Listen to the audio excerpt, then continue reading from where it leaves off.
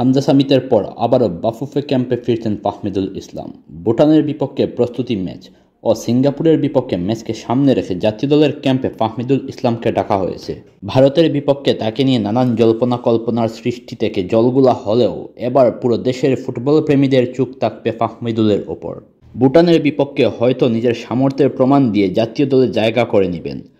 ভারতের বিপক্ষে কোচের সিদ্ধান্তে ফাহমিদুল বাদ পড়লেও সেই ম্যাচে বাংলাদেশের উইঙ্গাররা তেমন ভালো কিছু করতে পারে নাই। ভুটানের বিপক্ষে নিজের সামর্থ্যের প্রমাণ দিয়ে যদি ফাহমিদুল জাতীয় দলে সুযোগ পান, তবে একাদশেও তার সুযোগ পাওয়া অনিবার্য।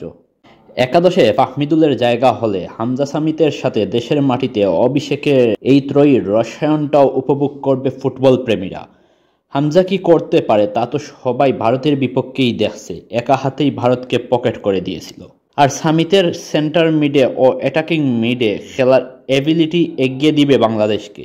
ব্যর্থ বাংলাদেশের উইঙ্গারদেরকে চমকে দিয়ে ইউরোপ খেলা ফাহমিদুলের হামজা সামিত রসায়নটা জমে গেলে বাংলাদেশের জয় অনিবার্য সিঙ্গাপুরের বিপক্ষে।